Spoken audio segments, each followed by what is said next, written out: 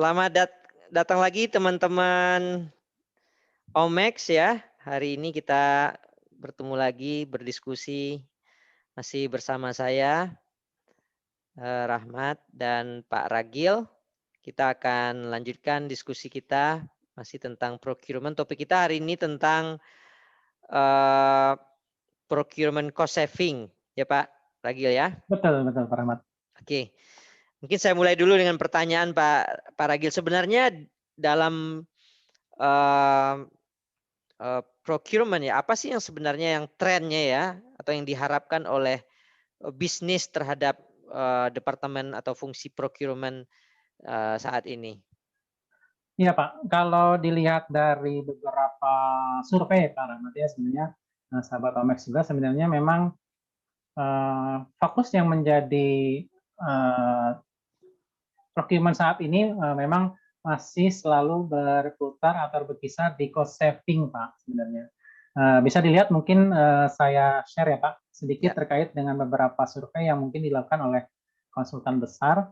Kalau kita lihat Pak, sebenarnya kalau tren berdasarkan survei yang dilakukan Deloitte, yang salah satu konsultan besar di dunia terkait dengan survei kepada Chief Procurement Officer, sebenarnya dilihat dari hasil survei mereka itu bahwa memang rata-rata atau hampir 78% Pak leadership ya procurement leader itu mengharapkan kita procurement itu menghasilkan cost reduction Pak.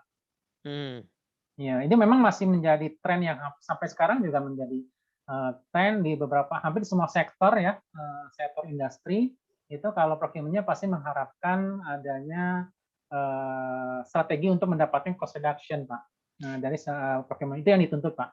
Dan memang hasilnya cukup baik sih Pak Rahmat, memang cukup baik karena memang secara overall juga rata-rata mereka punya target pencapaian yang lebih baik dibandingkan dengan tahun hampir 61% berbicara bahwa hasilnya itu memang lebih baik dibandingkan tahun lalu. Nah, itu yang menjadi tren Pak sebenarnya yang apa namanya saat ini mungkin ke depannya juga masih menjadi target dari procurement. Kalau bicara mengenai procurement performance itu memang apa namanya yang diukur itu selalu yang pertama adalah bagaimana si procurement itu mendeliver sebagai apa yang punya awareness cost lebih tinggi dibandingkan dengan divisi lain atau departemen lain pasti meminta mendapatkan memberikan kontribusi cost saving Pak atau cost reduction ya. Gitu. Ini memang kan sebenarnya fungsi procurement kan tidak hanya mengelola cost reduction ya atau cost saving Tidak, ini Pak. ya. Sebenarnya kan Tidak. dia punya banyak misalnya mengelola risk management gitu ya, juga berhubungan dengan delivery barang lebih cepat gitu ya. Chain-nya, Pak, Supply chain gitu ya. Bagaimana delivery itu bisa smooth gitu ya.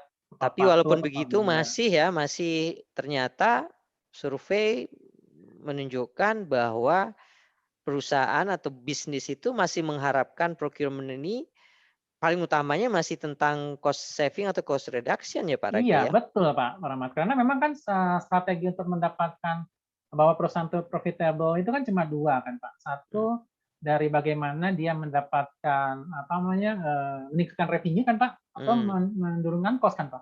Ya, kalau meningkatkan revenue kan pastinya kan itu bisa dilakukan, tapi kan dengan persaingan market yang ada sekarang, kemudian juga kan butuh effort Pak. Kalau kita mau menaikkan revenue butuh menaikkan salesnya segala macam. Nah, salah satu strategi yang paling dilihat paling mudah bagi beberapa company itu adalah cost reduction Pak, karena cost reduction itu hasilnya hitnya langsung ke bottom line-nya P&L-nya atau profit loss-nya perusahaan Pak. Itu yang menjadi makanya itu.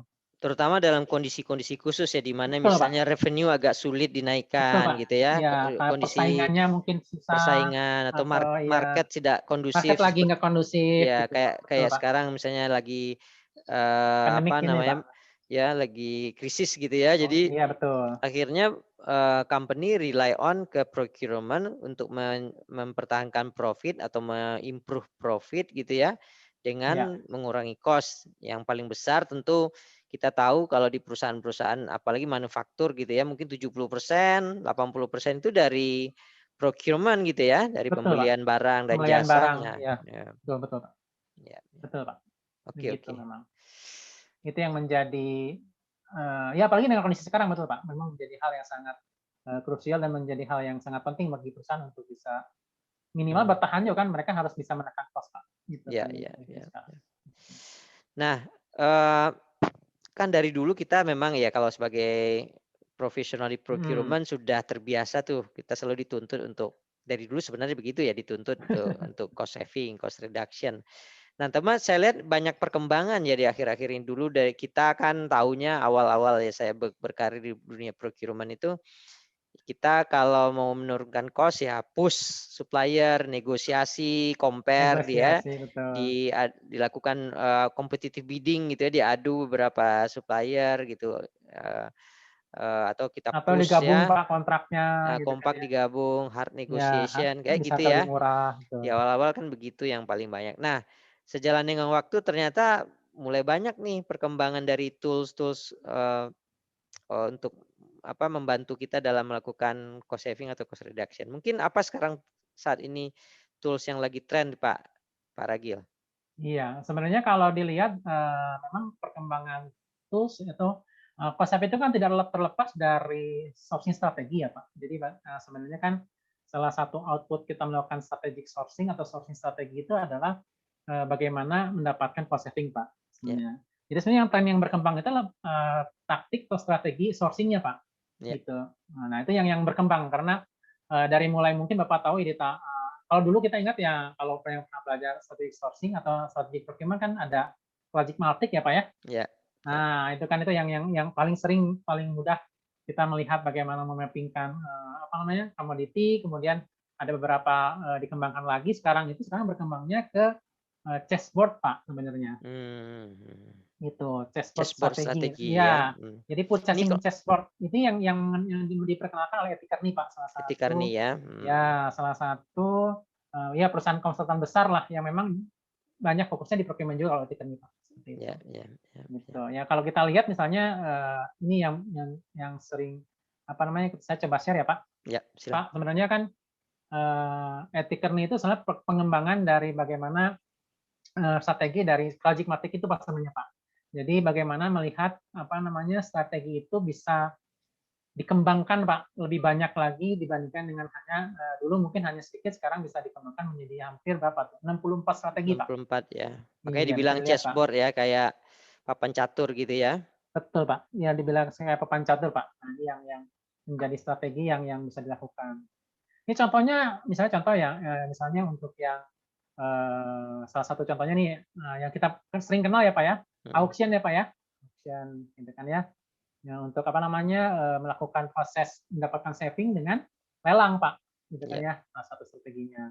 Tapi ini ada syaratnya, kapan auction-nya? Dilihat Pak, dilihat dari sisi apabila misalnya dari sisi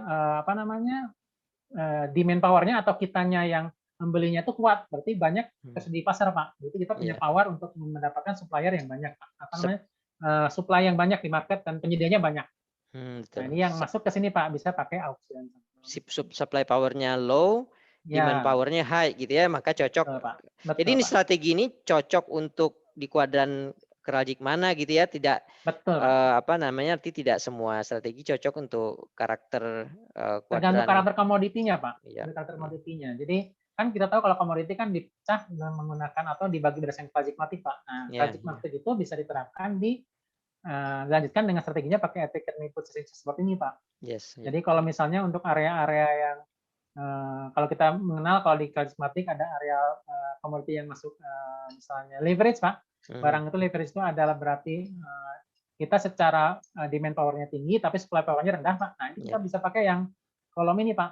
Yang sebelah kanan bawah. Nah, iya betul Pak. Itu seperti itu.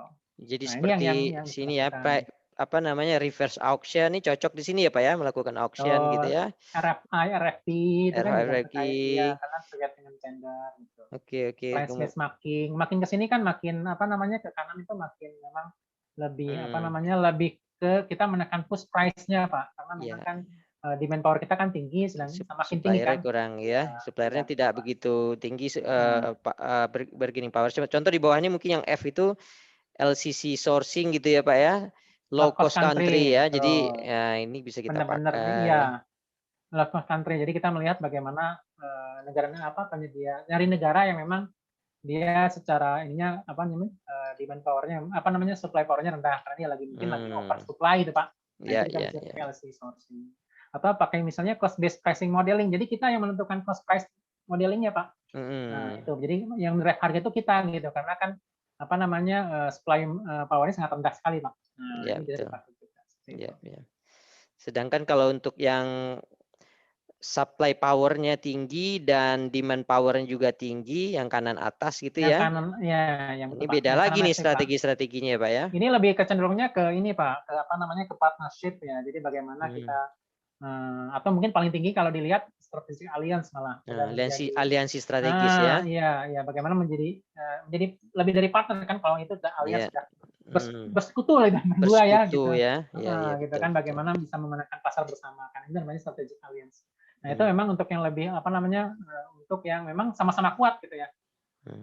Apa namanya supply powernya si vendornya atau supply-nya itu memang sangat kuat, mungkin dia menjadi main apa namanya player lah gitu ya, nggak ada lagi yang lain gitu ya, mungkin gitu ya. Yang kita juga memang pembeliannya besar Pak, karena memang kita butuh sangat besar sekali untuk pembelian dan bagi si supply itu juga portofolio kita cukup besar. Nah, itu yang bisa menjadi strategi sekalian Pak.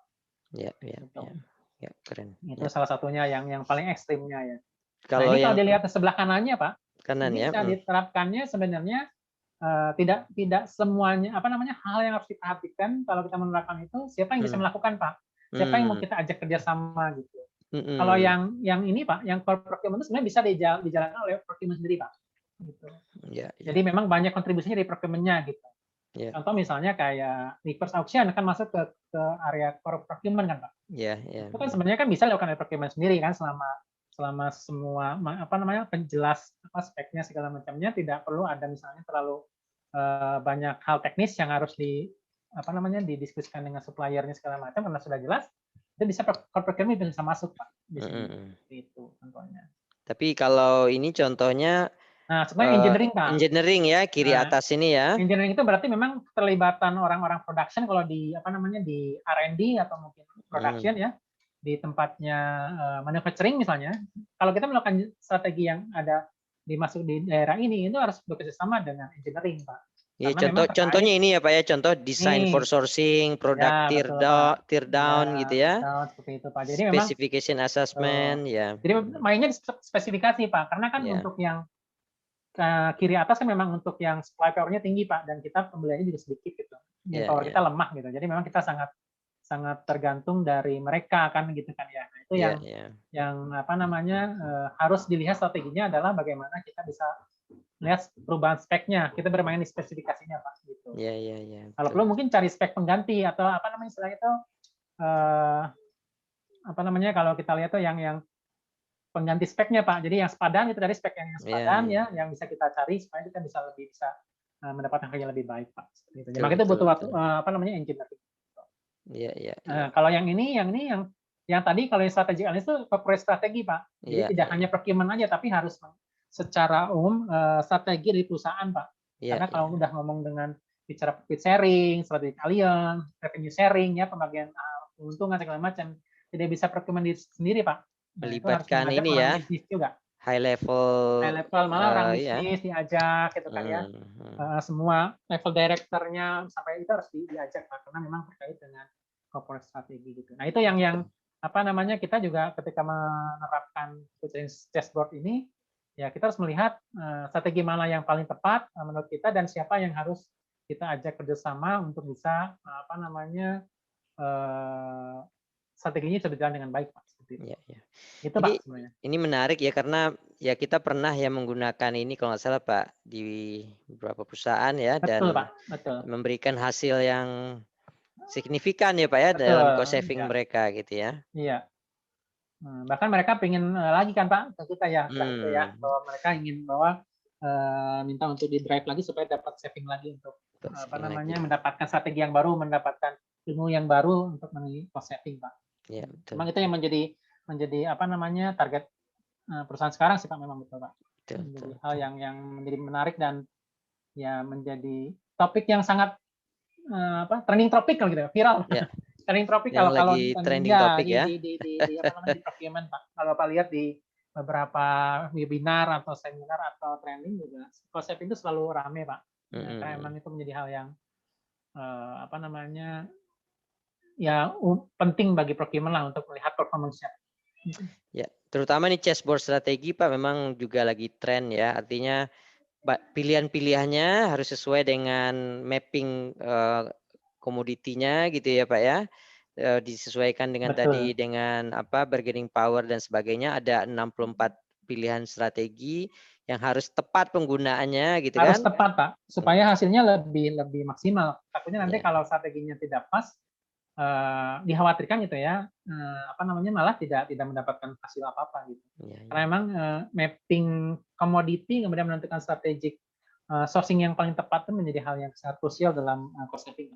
Dan saya lihat Pak selama penggunaan chessboard strategi ini kita juga bisa men-setting target savingnya. Jadi misalnya kita memilih LCC tadi ya, strategi LCC sourcing, low cost country sourcing. Kita bisa tahu nih, oh iya kalau saya memilih strategi ini kira-kira berapa persen nih saya bisa mendapatkan saving gitu ya, atau reduction gitu kan. Karena saya tahu nih kalau saya misalnya di Indonesia pilih dari China gitu ya, atau dari Thailand gitu, saya bisa tahu nih kira-kira berapa lagi saving yang bisa kita buat. Iya, ya itu memang menjadi bagian dari ini Pak, goals ya, karena kan memang kalau kita mau menyusun strategi cost saving, jadi kita nyambung nih Pak. Jadi ada beberapa tahapan sih Pak sebenarnya kalau kita mau menyusun strategi saving ya Pak, cost saving. Yang pertama memang harus kita menentukan goals-nya Pak. Kita harus jelas gitu, strategi goals kita tuh apa gitu. Nah, itu yang paling dan paling gampang goals itu kan dilihat dari sisi target kan Pak. Targetnya harus clear gitu. Berapa target tahun ini misalnya kita mau dapatin cost saving ya. Itu yang paling penting gitu kan. Dan gimana cara mendapatkannya. Nah, itu yang nanti dijelaskan di strategi itu Pak. Nah, itu yang harus di-clearkan di awal ketika kita mau membuat strategi cost reduction Pak. Nanti kita bahas di sesi berikutnya ya. Itu ada Pak, nanti kita bicara strateginya. Strateginya, cost saving plan dan cost saving monitoring gitu ya. Ada strategi yang pertama adalah strategi bagaimana menentukan goals-nya, nanti bagaimana kita misalnya memilah-milah mana yang bisa cost mana. Nanti kan kita kan belajar spend dulu kan Pak.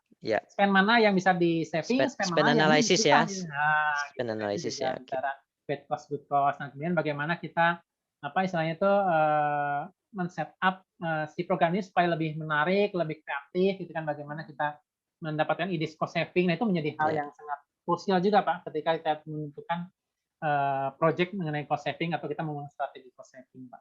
Nah, itu seru nanti di berikutnya lah Pak. Oke. Nah, hari ini kita coba bicara mengenai bahwa ini trennya memang sekarang ada cost saving, dan salah satu strategi yang diterapkan adalah kita di purchasing chessboard gitu ya Pak. Oke, Pak Ragil, ini menarik sekali ya. Kalau bicara uang ini, UUD ini terus oh ya, memang Pak, kalau bicara uang pastinya direksi sebuah company juga pasti melihat secara matanya pasti terbuka Pak. Kalau dilihat terbuka langsung gitu. Ya. Oh iya benar ini memberikan manfaat gitu ya para tim procurement ini, gitu kan? Dan betul, juga selain artinya yang tadi ya, beberapa target tadi. Dan juga pengalaman kita kalau seorang procurement itu bisa menghasilkan saving yang cukup besar, signifikan, wah bisa buat tawar-menawar ini juga ya. Gaji dan bonus. Portofolio Pak. Portofolio seorang procurement kan dilihat dari sisi pertama memanage spend berapa kan, spend berapa, spend berapa misalnya, kalau spendnya bisa memegang ratusan miliar atau malah triliunan gitu ya, pastinya orang juga ini udah spend bagusnya miliar spend. Dan saving dia udah berapa banyak dan gitu ya dari dia berapa gitu. Nah, itu menjadi hal yang menjadi portofolio yang baiklah bagi seorang profesional procurement ya. Oke. Baik, Pak Ragil, cukup menarik ya. Oke, terima kasih banyak sharingnya Pak Ragil. Mudah-mudahan ini memberikan manfaat bagi teman-teman sobat Omex ya dalam menjalankan berbagai strategi di procurement ya. Terima kasih. Terima kasih Pak Ragil. Ya, sampai ketemu lagi di kesempatan yang lain. Iya, Pak. Ya, Pak. Selamat malam.